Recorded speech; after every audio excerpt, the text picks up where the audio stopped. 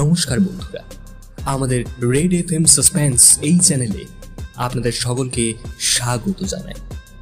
আমাদের এই চ্যানেলে আসার জন্য অসংখ্য ধন্যবাদ। যারা এখনো পর্যন্ত আমাদের এই চ্যানেলটিকে সাবস্ক্রাইব করেননি, অবশ্যই সাবস্ক্রাইব করে নিন, যাতে আমরা কোনো গল্প আপলোড করার পরে যেন আপনার কাছেই প্রথম নোটিফিকেশন চলে যায়। আর বন্ধুদের মধ্যে শেয়ার করে দিন, যাতে সে ওই সুন্দর গল্পটি শুনে আনন্দ উপভোগ করতে পারে। আর যারা অলরেডি আমাদের চ্যানেলটিকে সাবস্ক্রাইব করেছেন তাদেরকে অসংখ্য ধন্যবাদ এবং আন্তরিক কৃতজ্ঞতা।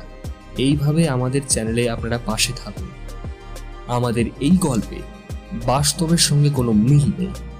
বাস্তবের সাথে মিল থেকে থাকলে তা সম্পূর্ণ অনিচ্ছাকৃত এবং কাকতালীয়।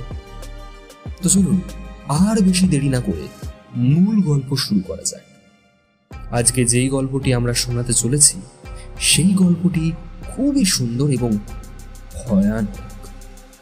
আজকের গল্পের নাম হলো বাঘমারির জঙ্গলে।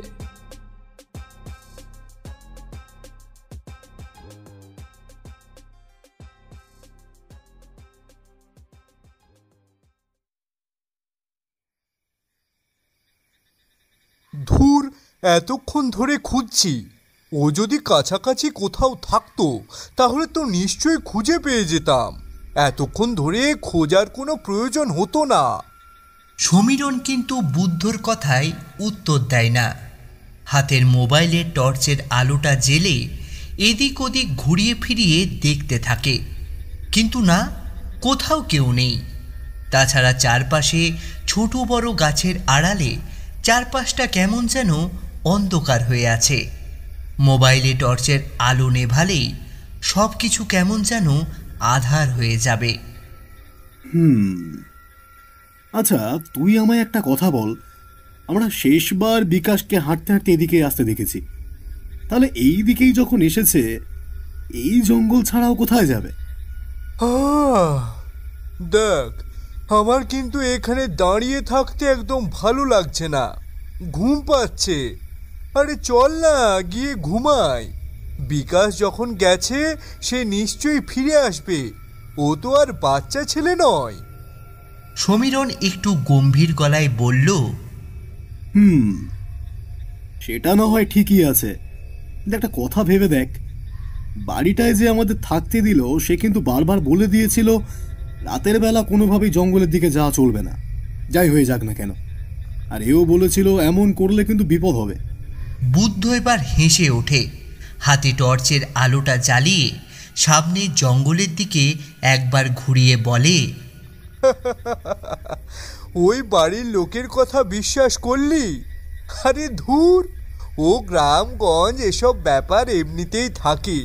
তাছাড়া বাড়িটা একটু বাইরের দিকে, নেহাত বড় পুকুর আছে, তাই কাল সকালে এখান থেকে মাছ ধরার ব্যবস্থা করাটাই সহজ হবে। তাই এখানে থাকলাম, নইলে কে থাকতো এখানে বলতো? একটা রাতের তো ব্যাপার, কোনো রকমে কাটিয়ে সকালে মাছ ধরার কাজ করে আবার কালই ফিরে যাব। আমার কিন্তু ব্যাপারটা ঠিক বলে মনে হচ্ছে না।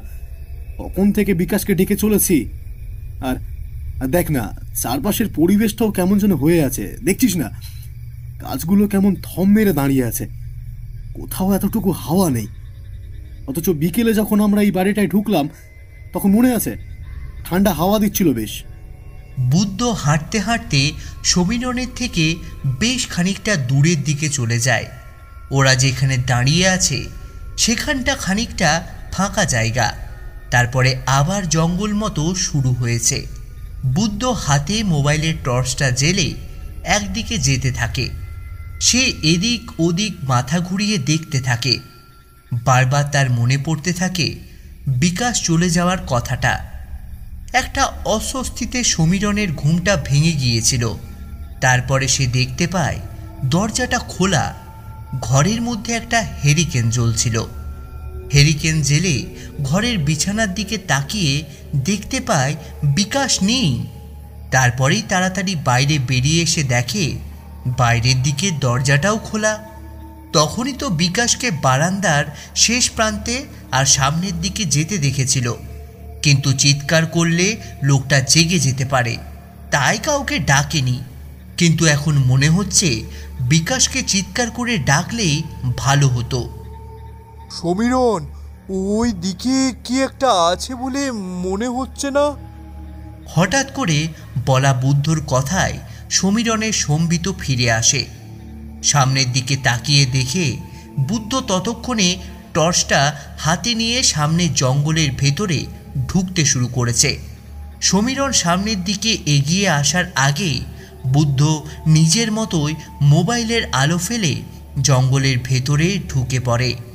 সমীরণ যখন সেখানে এসে দাঁড়ায় তখন চারপাশটা আবার আগের মতোই অন্ধকার। আকাশে কালো মেঘ জমে রয়েছে, তাই চাঁদের আলোয় কোনো কিছু দেখা সম্ভব নয়। বুদ্ধ, বুদ্ধ কোথায় গেলি? বুদ্ধ কিন্তু সাড়া দেয় না। সমীরণের ডাকটা জঙ্গলের মধ্যে যেন প্রতিধ্বনিত হয়ে ফিরে আসে। সমীরণ পেছনের দিকে মোবাইলের টর্চের আলো ফেলে একবার ফেরার রাস্তাটা দেখে নিতে যাবে, এমন সময় তার চোখে পড়ে ফেরার রাস্তার পথের কাছে সেখানে কেউ একজন দাঁড়িয়ে আছে। সে অদ্ভুতভাবে দাঁড়িয়ে আছে একটা গাছের তলায়, এক হাত গাছের গায়ে রেখে মূর্তিটা দাঁড়িয়ে আছে, তার মাথাটা নিচের দিকে নামানো। দূর থেকে সেটা নারী না পুরুষ কোনো কিছুই ভালোভাবে বোঝা যায় না। এবার সমীরণ কেমন কাঁপা কাঁপা গলায় বলে উঠল, ওখানে কে? কে ওখানে?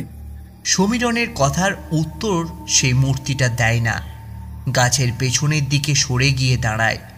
সমীরণ মোবাইলের টর্চটা জেলে গাছের দিকে এগিয়ে এসে অবাক হয়ে যায়, কোথাও কেউ নেই। একটু আগে সে দেখতে পেয়েছে। নিশ্চয়ই আলো আঁধারিতে চোখের ভুল হয়েছে। চারপাশে বড় বড় গাছ, তার ছায়া পড়েছে হয়তো। কিন্তু এই বিকাশ আর বুদ্ধ কোথায় গেল? জঙ্গলটা তো বেশি বড় বলে মনে হয়নি। দেখাই যাক, জঙ্গলের ভিতরের দিকে ঢুকলে নিশ্চয়ই খুঁজে পাওয়া যাবে।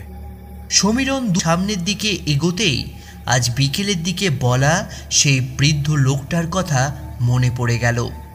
বৃদ্ধ লোকটার মাথায় চুলদাড়ি, এমনকি ভ্রুর ওপরেও ছোট চুলগুলো পর্যন্ত সাদা ধপধপে।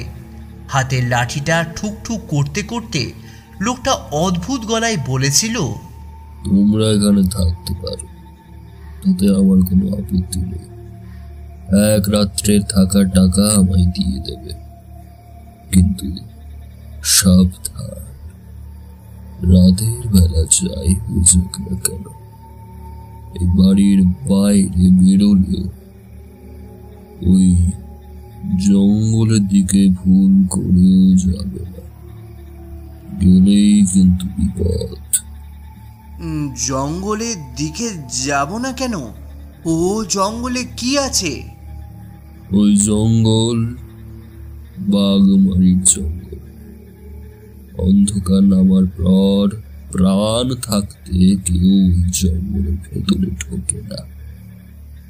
তোমরা এখানকার লোক নও জানি, তোমরা এসব বিশ্বাস করবে না, কিন্তু তবুও সাবধান করার কাজ, তাই সাবধান করে দিচ্ছি। আমি পাশের ঘরেই থাকবো, আর রাতের বেলায় আমায় ডাকাডাকি করবে না। আমার খুব কিন্তু বেশ গভীর, ঘরে আলোর ব্যবস্থাও জলের ব্যবস্থাও রয়েছে, এমনকি সবকিছুই রাখা আছে, ঠিক আছে? অদ্ভুতভাবে কথাটা বলে লোকটা হাঁটতে হাঁটতে চলে গিয়েছিল পাশের ঘরের দিকে। ওরা অবাক হয়ে তাকিয়েছিল কিছুক্ষণ, তারপরে বুদ্ধ হেসে বলেছিল, আরে ধুর, ওসব কিছু না, গ্রামে গঞ্জে এমন অনেক গল্প থাকে। কিন্তু বিকাশ চিন্তাগ্রস্ত বলে মনে হয়েছিল। এসব কথা বারবার মনে পড়েছিল সমীরণের। তবুও সে সামনের দিকে হাঁটতে হাঁটতে বারবার বিকাশ আর বুদ্ধকে খুঁজে চলেছিল। বিকাশ না হয় অনেকক্ষণ আগে গেছে, কিন্তু বুদ্ধ তো এইমাত্র জঙ্গলে ঢুকলো। তাহলে সে কোথায় গেল এরই মধ্যে? সমীরণ হাঁটতে হাঁটতে সামনে জঙ্গলের দিকে এগিয়ে যায় কয়েক পা।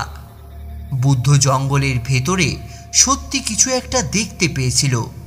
কেউ যেন জঙ্গলের একটা গাছের কাছে দাঁড়িয়েছিল। যেই বুদ্ধ তাকে দেখে কিছুটা একটা বলতে যাবে, সঙ্গে সঙ্গে সে ভেতরের দিকে দৌড়ে গেল। বুদ্ধের মনে হলো ওটা বিকাশ। ইচ্ছে করে ওদেরকে একটু ভয় দেখানোর জন্য বিকাশ এমনটা করছে। তাই বিকাশের নাম ধরে ডাকতে ডাকতে সে জঙ্গলের ভেতরেও ছুটতে থাকে। বিকাশ, বিকাশ, বিকাশ। সামনে সেই ছায়ামূর্তি যত ভেতরের দিকে যায়, বুদ্ধ তত ভেতরের দিকে ছুটতে থাকে। হঠাৎ করে এমন একটা জায়গায় সে এসে পড়ে, চারিপাশ জঙ্গল। তারপর কিছু বুঝতে পারে না সে। কি হলো? একটু আগে বিকাশকে দেখলাম বলে মনে হলো। সে কোথায় গেল? আর সমীরণ তো কোথাও নেই। এটা কোথায় এসে পড়লাম আমি? কিছুই তো বুঝতে পারছি না। হাতে মোবাইলে টর্চের আলোটা জ্বালিয়ে চারিদিকে ফেলে সে দেখার চেষ্টা করল। সে টর্চের আলোয় দেখতে পেল চারিদিকে বড় বড় গাছ, আম গাছ, তাছাড়া অতি সাধারণ কিছু গাছের জঙ্গল। তাছাড়া এমন কিছু গাছ রয়েছে যেগুলো বুদ্ধ এর আগে ওখানে দেখেনি। সরু লম্বা লম্বা ডাল, কিন্তু অনেকটা জায়গা নিয়ে ছড়িয়ে রয়েছে। তার তলায় গিয়ে কেউ দাঁড়িয়ে থাকলে তাকে ভালোভাবে দেখা যাবে না। এবার একটু ভয় পায় বুদ্ধ। অন্য কিছু নয়, পথ হারিয়ে ফেলার ভয় পাচ্ছিল সে কি তাহলে হারিয়ে? কথাটা মনে হতেই বুদ্ধ চিৎকার করে ডেকে ওঠে, সমীরণ, সমীরণ, তুই কোথায়? বিকাশ, বিকাশ, দেখ, আমি বুঝতে পারছি তুই আমাদের ভয় দেখাবার জন্য এসব করছিস, কিন্তু কিন্তু বিশ্বাস কর, এখন এসব একদম ভালো লাগছে না। কাল সকালে উঠে আমরা মাছ ধরে তারপর এখান থেকে চলে যাব। শুধু শুধু আজকে রাতটা কেন এভাবে নষ্ট করছিস বলতো? একটু ঘুমোতে দে না। তোরা তো ঘুমোতেই পারতি, উঠে এলি কেন? কথাটা শুনে বুদ্ধ একটু চমকে যায়। তারপরে পেছনের দিকে টর্চের আলো ফেলতে যেতেই বুঝতে পারে মোবাইলের টর্চটা আর জ্বলছে না। কি হলো? এইমাত্র তো টর্চটা জ্বলছিল, এখন আবার জ্বলছে না কেন? বুদ্ধ হাতের মোবাইলের দিকে তাকিয়ে দেখে সেটা কখন যেন বন্ধ হয়ে গেছে। কোনো কিছুতেই খুলছে না মোবাইলটা। ঠিক তখনই তার পাশ থেকে বিকাশ বলে ওঠে, ওটা আর জ্বলবে না, কিন্তু তোরা এই জঙ্গলে এসে যে বড় বিপদে পড়েছিস, কেন এলি বলতো? রাগে বুদ্ধর মাথার ভেতরে আগুন জ্বলছিল। একেই সে পথ হারিয়ে ফেলেছে, তার উপর মোবাইলের আলোটা জ্বলছে না, তার উপর বিকাশ এমন কথা বলছে। তোর মাথা ঠিক আছে তো? আমরা জঙ্গলে কেন এসেছি তুই জানিস না? তোর জন্যই তো আমরা জঙ্গলে এসেছি। তুই রাতে দুপুরে হঠাৎ করে উঠিস, কিন্তু সমীরণ কোথায় গেল? সমীরণের বড় বিপদ। তুই সমীরণকে একা ফেলে এসে ঠিক করিসনি। তুই জানিস তো ওর হালকা রাশি। তার উপর এই জঙ্গলের জায়গাটা একেবারে ভালো নয়। আরে এসব কেন কথা বলছিস বলতো? আরে অন্ধকারের মধ্যে দিয়ে হাঁটছিস কোথায় বলতো? আমি তো কিছুই দেখতে পাচ্ছি না। একবার পেছনের দিকে তাকিয়ে দেখ, তারপরে বুঝতে পারবি কেন আমি তাড়াতাড়ি তোর হাত ধরে টেনে নিয়ে যাচ্ছি। বিকাশ বুদ্ধর হাত ধরে টেনে সামনের দিকে যাচ্ছে। বুদ্ধ পেছনের দিকে তাকাতেই দেখতে পেল কতগুলো কালো কালো ছায়া, আর তাদের চোখগুলো যেন অন্ধকারের মতো লাল টকটক হয়ে জ্বলছে। আর তাদের দিক থেকে অদ্ভুত একটা হাসির শব্দ এইমাত্র যেন শুনতে পেল বুদ্ধ। ব্যাপারটা দেখে ভয়ে সামনের দিকে মুখ ফেরালো সে।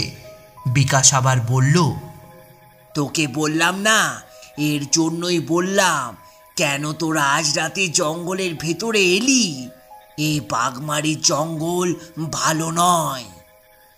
এ কি, একটু আগে পেছনে দেখলাম কারা যেন আসছে, আবার নেই, কোথায় গেল? আর ওগুলো কারা? এই জঙ্গলের মধ্যে পথ হারিয়ে যারা মরেছে ওইগুলোই তারাই।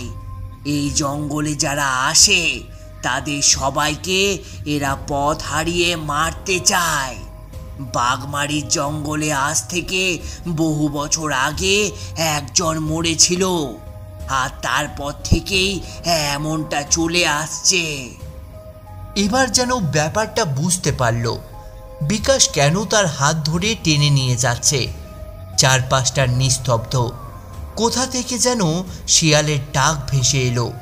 বুদ্ধর মনে হলো চারপাশে জঙ্গলে যেন একটা আমূল পরিবর্তন হয়ে গেছে। এই গোটা জঙ্গলের মধ্যে বুদ্ধ আর বিকাশ ছাড়া আর জীবিত কেউ নেই। আকাশের কালো মেঘ সরিয়ে চাঁদের দেখা মিলল না। অন্ধকারের মধ্যেই বিকাশ কিভাবে এগোতে লাগলো তা বিকাশই জানে। ঠিক সেই মুহূর্তে আকাশের এ প্রান্ত থেকে ও প্রান্ত কাঁপিয়ে দিয়ে একবার বিদ্যুৎ চমকে উঠল। বিদ্যুতের আলোয় বুদ্ধ দেখতে পেল ওরা যেখানটা এসে দাঁড়িয়েছে সেই জায়গাটা ফাঁকা। একটা বড় গাছ রয়েছে এখানে, সেই গাছের তলায় ওরা দাঁড়িয়ে আছে। কি হলো, দাঁড়ালি কেন? চলতে হবে তো। সমীরণকে খুঁজতে চাস তো? তাহলে একবার হাতে মোবাইলের টর্চটা জ্বালিয়ে সামনের দিকে ফেল, তাহলে দেখতে পাবি। বুদ্ধ অবাক হলো বিকাশের কথায়, তবুও হাতে মোবাইলের টর্চের আলোটা জ্বালিয়ে সামনের দিকে ফেলতেই দেখতে পেল জঙ্গলের পথের মধ্যে এক জায়গায় একটা ছোট্ট ঝোপ, আর সেই ঝোপের মধ্যে কি যেন একটা পড়ে আছে। যে পড়ে আছে তা দুটো পা দেখা যাচ্ছে। সেই পা দুটো বাইরের দিকে বেরিয়ে রয়েছে। দুটো মানুষের পা ওইভাবে জঙ্গলের মধ্যে ঠিক কখন পড়ে থাকে তা বুদ্ধ ভালোভাবে জানে। সে চমকে উঠে বলল, ওটা কি? কে ওটা? কে রয়েছে কি করে জানবো? একবার সামনে গিয়ে দেখ, তাহলে বুঝতে পারবি। বুদ্ধ কাঁপা কাঁপা হাতে মোবাইলের টর্চটা আবার জ্বালালো। অদ্ভুতভাবে বন্ধ হয়ে যাওয়া মোবাইলটা চলতে শুরু করলো। আশেপাশের বাতাসে যেন একটা ভারী ভাব কখন থেকে চেপে বসেছে। নিঃশ্বাস নিতে কষ্ট হচ্ছে বুদ্ধর। হাঁটতে হাঁটতে সামনের দিকে এগিয়ে গেল সে। এক পা করে হাঁটতে তার যেন এক যুগ সময় লাগলো। এক সময় ঝোপের কাছে পৌঁছে গেল। তারপর টর্চের আলোটা দুটো পা বরাবর সামনের দিকে ফেলতেই দেখতে পেল একটা ভয়ঙ্কর দৃশ্য। বিকাশ আসলে জঙ্গলের ওই ঝোপটার ভেতরে পড়ে রয়েছে। বিকাশের গোটা শরীর যেন কেউ আঁচড়ে কামড়ে ক্ষত বিক্ষত করে ফেলেছে। একটা চোখ বিভৎসভাবে বাইরে বেরিয়ে এসেছে, মুখটা হাঁ করা। সে যে প্রবল যন্ত্রণা নিয়ে বিকাশ মরেছে তা বোঝা যায়। ঠিক তখনই পেছনের দিক থেকে কেউ যেন হেসে উঠে বলল,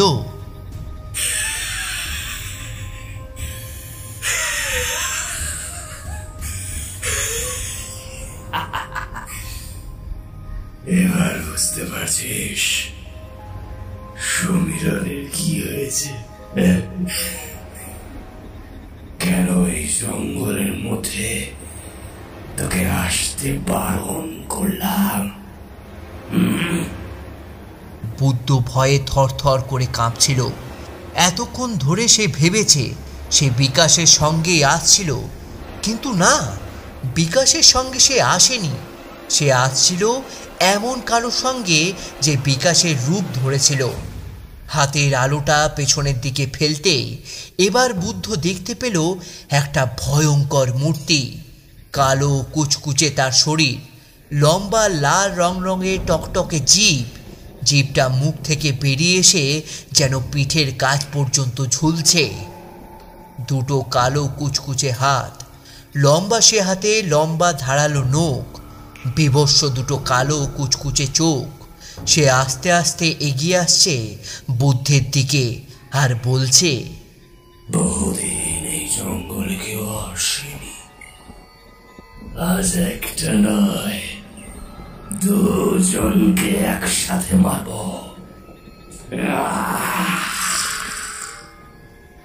বুদ্ধ মাথার ভেতরটা কেমন এলোমেলো হয়ে যাচ্ছিল। বিকাশ তাহলে এই জঙ্গলে ঢুকেই মরেছে? আর তারপরে বিকাশের রূপ ধরে প্রেত দেখে কিন্তু সমীরণ গেল কোথায়?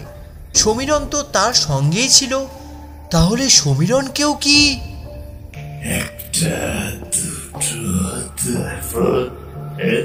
তারপর আরেকটা, আরেকটা কেউ আসতে পারলেই।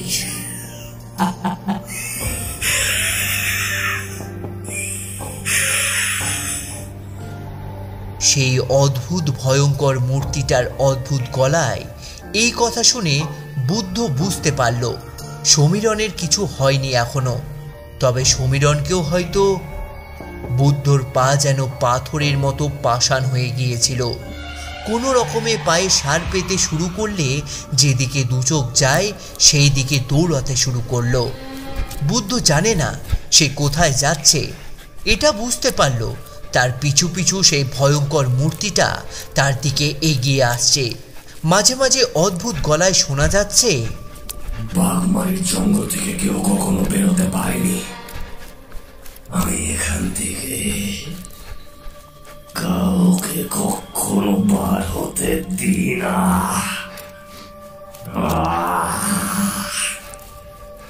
বুদ্ধ ছুটছিল, প্রাণপণে ছুটছিল। যেদিকে চোখ যায় সেই দিকে ছুটছিল। ডাল পাতা, ভালো ঘাসের পাতা কিংবা কাঁটায় তার হাত পা ছড়ে যাচ্ছিল। জামা কাপড় ছিন্ন ভিন্ন হচ্ছিল, কিন্তু সেই সব দিকে তার নজর নেই। মোবাইলটা কোথায় যেন ছিটকে পড়েছে, কিন্তু জীবন বাঁচলে এমন মোবাইল হাজারটা হবে। ছুটতে ছুটতে একসময় কিছুতে যেন ধাক্কা খেয়ে উল্টে গিয়ে পড়ল। আর সঙ্গে সঙ্গে চেনা গলায় কেউ বলে উঠল, বুদ্ধ, তোকে তো খুঁজছি আমরা। আর আর তোর এমন অবস্থা হলো কি করে? মাটিতে ছিটকে গিয়ে পড়েছিল বুদ্ধ। ক্লান্তিতে মুখ থেকে একটা অসম্ভব শব্দ বেরিয়ে এসেছিল। আর একটু হলেই হয়তো তার প্রাণটা যেত, কিন্তু তার আগেই সমীরণের গলা শুনে যেন ধরে প্রাণ পেল বুদ্ধ। সামনেই তাকিয়ে দেখল সমীরণ, আর সেই বৃদ্ধ লোকটা হাতে হ্যারিকেন নিয়ে তারই সামনে দাঁড়িয়ে আছে।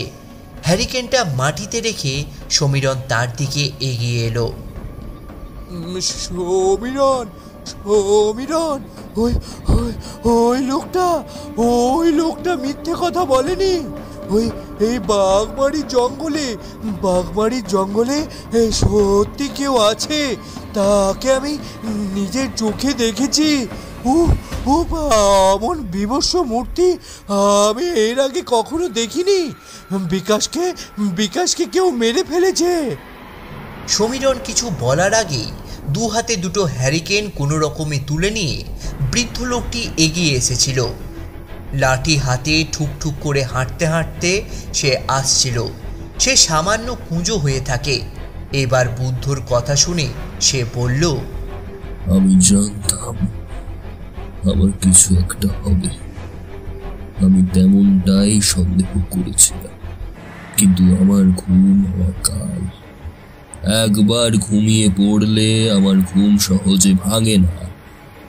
যেন মনে হলো ঘরের দরজার কাছে, কিন্তু এখনো দেরি হয়ে যায়নি। একজন মরেছে, কিন্তু তোমরা বাঁচতে পারো। এক্ষুনি এই জঙ্গল থেকে বেরোতে হবে, এক্ষুনি। সমীরণ বুদ্ধকে তুলে ধরল। এই রাতের অন্ধকারে বিকাশকে খুঁজতে যাওয়া বৃথা, তার চেয়ে বরং সকালেই জঙ্গলে ঢোকা যাবে। কয়েক পা ওরা এগিয়ে গিয়েছে। ঠিক তখনই তাদের সামনে একটা গাছের ডালের ওপর দিয়ে উল্টো হয়ে ঝুলে পড়ল একটা কালো মূর্তি। তার মুখে লম্বা লাল রঙের টকটকে জিভটা বাইরে বেরিয়ে এসেছে। তাকে দেখে বুদ্ধ চিৎকার করে উঠল, ওই যে আবার এসেছে, আবার এসেছে। যা বলছি, চলে যা, ওদের ছেড়ে দে। ওদের তুই কোনো ক্ষতি করতে পারবি না। আমি এই জঙ্গল থেকে কাউকে রাতের বেলা বাইরে বেরোতে দিই না। তুই তো জানিস, একমাত্র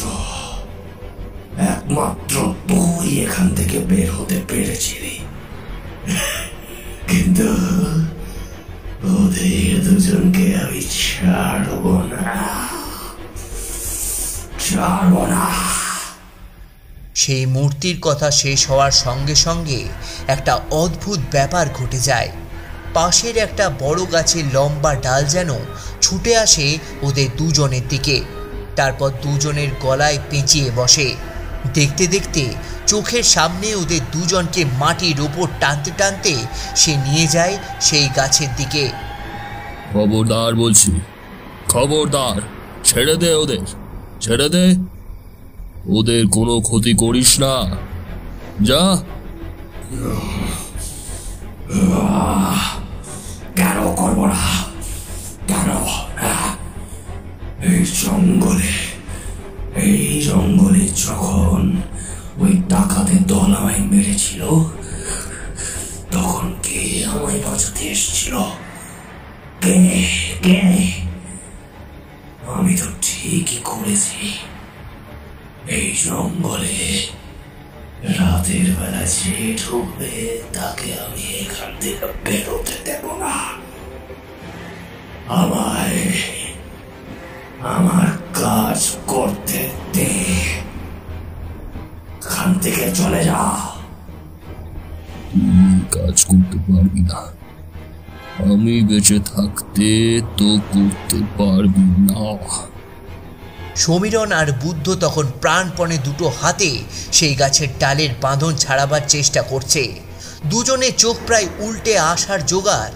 বৃদ্ধ মাটি থেকে খানিকটা দূরে ধুলো তুলে নিল, তারপর বিড়বিড় করে সেই ধুলোয় কি যেন একটা মন্ত্র পড়ে ফু দিয়ে সামনে সেই মূর্তির গায়ে ছুঁড়ে মারতেই কালো মূর্তিটা ধপ করে গাছের উপর থেকে মাটিতে খসে পড়ল।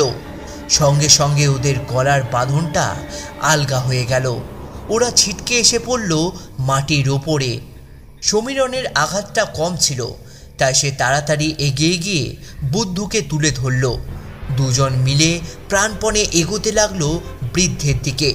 বৃদ্ধের সামনে তখন সেই কালো মূর্তি দাঁড়িয়ে। তবে রে, এত বড় সাহস তোর! তুই আমায় আটকাবি? সঙ্গে সঙ্গে একটা হাওয়ার ঝাপটায় বৃদ্ধের শরীরটা ছিটকে গেল বেশ খানিকটা দূরে। তার হাত থেকে লাঠি, হ্যারিকেন সব কিছু ছিটকে পড়ে গেল। আবার চারপাশ অন্ধকার দেখা গেল। অদ্ভুত একটা হাসির শব্দ শোনা গেল চারপাশের বাতাসে। হাসতে হাসতে কেউ বলছে,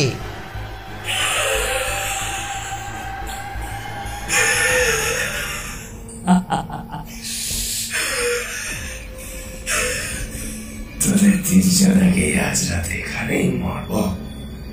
দেখি কে আটকায় আমায়। সমীরণ আর বুদ্ধ কিছু দেখতে পাচ্ছিল না। ওরা অপেক্ষা করছিল মৃত্যুর জন্য। বৃদ্ধ একপাশে মাটিতে পড়ে গোঙাচ্ছিল। তার বয়স হয়েছে, কোমরের ব্যথাটা আবার জাগার হয়ে উঠেছিল। এখন এভাবে ছিটকে এসে পড়ায় আর সে সোজা হয়ে দাঁড়াতে পারছিল না। সেই বিভৎস ছায়ামূর্তি এগিয়ে এলো।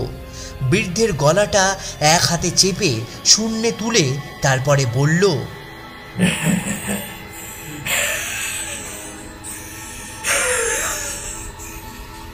আর আমার পথের মাঝে দাঁড়াবি? ঠিক তখনই একটা চেনা গলার উত্তরে ওরা তিনজন পেছনের দিকে ঘুরে দাঁড়ালো। আমাদের সবাইকে ছেড়ে দে বলছি। সমীরণ চিৎকার করে উঠল, ও মানুষ নয়, ওর সঙ্গে তুই পারবি না, তুই পালা এখান থেকে। বৃদ্ধ অবাক হলো। বিকাশের মৃতদেহ সে নিজের চোখে দেখেছে, তাহলে ওইখানে কে কথা বলছে? আমি থাকতে তোদের কারো কোনো ক্ষতি হতে আমি দেব না। আমার জন্যই তোরা এখানে এসেছিস, আমার জন্যই তোরা এই বিপদের মধ্যে পড়েছিস, আর তাই আমি তোদের কোনো ক্ষতি হতে দেব না। অন্ধকারের মধ্যে কিছুই দেখা গেল না, শুধু বিকাশের গর্জন আর তার সঙ্গে সঙ্গে সেই প্রেতের চিৎকার শোনা গেল। তারপরে জঙ্গলে অদ্ভুত সব শব্দ শোনা যেতে লাগলো, যেন দুই দানব একসাথে লড়াই করতে শুরু করেছে। মাঝে মাঝে বিকাশ বলে উঠছে, আজ থেকে এই বাঘমারির জঙ্গলকে আমি অভিশাপ মুক্ত করে দেব। তুই তুই আমাকে মারবি? এই বাঘমারির জঙ্গলে আমি 200 বছরের চেয়েও বেশি সময় ধরে রয়েছি।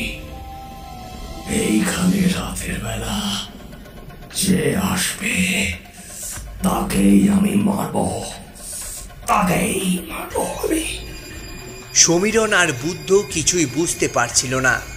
বৃদ্ধের গোঙানি শব্দ শুনে কোনো মতে এগিয়ে গেল বৃদ্ধের কাছে। দুজনে মিলে কোনো রকমে বৃদ্ধকে মাটি থেকে তুলে বসালো। ঠিক তখনই আকাশ বাতাস কাঁপিয়ে আরেকবার বিদ্যুৎ চমকে উঠল, আর সেই বিদ্যুতের আলোতে ওরা যা দেখতে পেল তাতে তিনজনের গোটা শরীর যেন বরফের মতো ঠান্ডা হয়ে গেল। জঙ্গলের বড় বড় গাছের মাথা ছাড়িয়ে গিয়েছে দুটো কালো ছায়া মূর্তি। তাদের মধ্যে একটা সেই বিভৎস মূর্তি, আর অন্য মূর্তিটাকে দেখতে অনেকটা বিকাশের মতো। তার শরীরে নানা জায়গায় ক্ষতচিহ্ন, আর একটা চোখ বাইরে বেরিয়ে ঝুলছে। সে দৃশ্য দেখে বুদ্ধ বলল, আমি বলেছিলাম বিকাশ মারা গেছে। বিকাশকে ঠিক এভাবেই আমি জঙ্গলের মধ্যে পড়ে থাকতে দেখেছিলাম।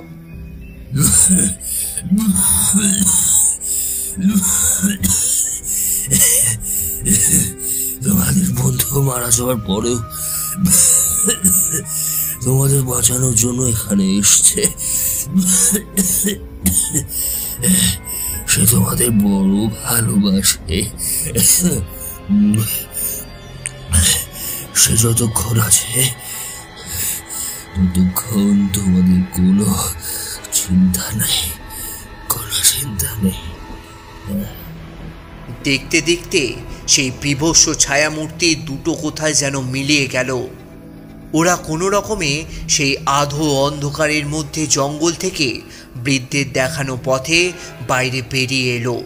ঠিক যখন জঙ্গল পেরিয়ে বাড়িটার কাছাকাছি এসে পড়েছে, এমন সময় পেছন থেকে ক্লান্ত অবসন্ন গলায় যেন কেউ বলল, বড় ভুল করে ফেলেছি রে। ওই জঙ্গলের দিক থেকে ডাকটা শুনে পেছনের জঙ্গলে যদি না ঢুকতাম তাহলে বোধহয় এমনটা হতো না। আর আমায় তোরা মনে রাখিস, আর আমার মৃতদেহটা কাল সকালে নিয়ে গিয়ে পুড়িয়ে দিস, না হলে যে আমার মুক্তি হবে না। বুদ্ধ চোখে জল এসেছিল। বিকাশের জন্যই তারা এই যাত্রায় বেঁচে গেল। সমীরণ কেমন যেন কাঁপা কাঁপা গলায় বলল, চিন্তা করিস না বিকাশ, তোর মুখাগ্নির সমস্ত ব্যবস্থা আমরা করব। বৃদ্ধ কিছু বলল না, একভাবে কিছুক্ষণ তাকিয়ে রইল বাঘমারি জঙ্গলের দিকে। তারপর কি মনে করে যেন নিজের মতোই বলল, যদি ওই অশরীরী শক্তি এখান থেকে চলে যায় তাহলে বাঘমারির জঙ্গল অভিশাপ মুক্ত হয়ে যাবে। ঠিক। ওরা তিনজন হাঁটতে হাঁটতে চলে এলো নিজেদের ঘরে। পরদিন ওদের মাছ ধরা মাথায় উঠল। এখানে ওরা ছুটি কাটাতে আর মাছ ধরতে এসেছিল, কিন্তু সেসব আর কিছুই হলো না। বিকাশের মৃতদেহটা খুঁজে বার করে গ্রামের লোকেদের নিয়ে সেই মৃতদেহ গ্রামের শ্মশানে পুড়িয়ে দিয়েছিল ওরা। তবে গ্রামের লোকেরা বলেছিল বাঘমারি জঙ্গলের অভিশাপ বোধহয় শেষ হয়ে গেছে। সেদিন রাতে ওরা তিনজন মিলে জঙ্গলে ঢুকেছিল, কিন্তু গোটা জঙ্গল ঘুরে এমন কিছু দেখতে পায়নি যাতে ভয় হয়। বৃদ্ধ সামান্য হেসে বলেছিল, আমি জানতাম একটা জীবনের বিনিময়ে এই বাঘমারি জঙ্গলের অভিশাপ কাটবে, কিন্তু কারোর এতটা ক্ষমতা ছিল না যে ওই অশরীরীকে হারায়। তোমাদের বন্ধু সেই কাজটা করতে পেরেছে। তোমরা দুঃখ পেও না, যা হবার তা তো হবেই, তাই না? সমীরণ আর বুদ্ধ পরদিন সকালে বাঘমারি জঙ্গল ছেড়ে পাশের সেই গ্রামে ছেড়ে বাড়িতে ফিরে গিয়েছিল। তবে বাঘমারি জঙ্গলের সেই রাতের কথা ওরা কখনো ভোলেনি, আর হয়তো ভোলাও সম্ভবই নয়।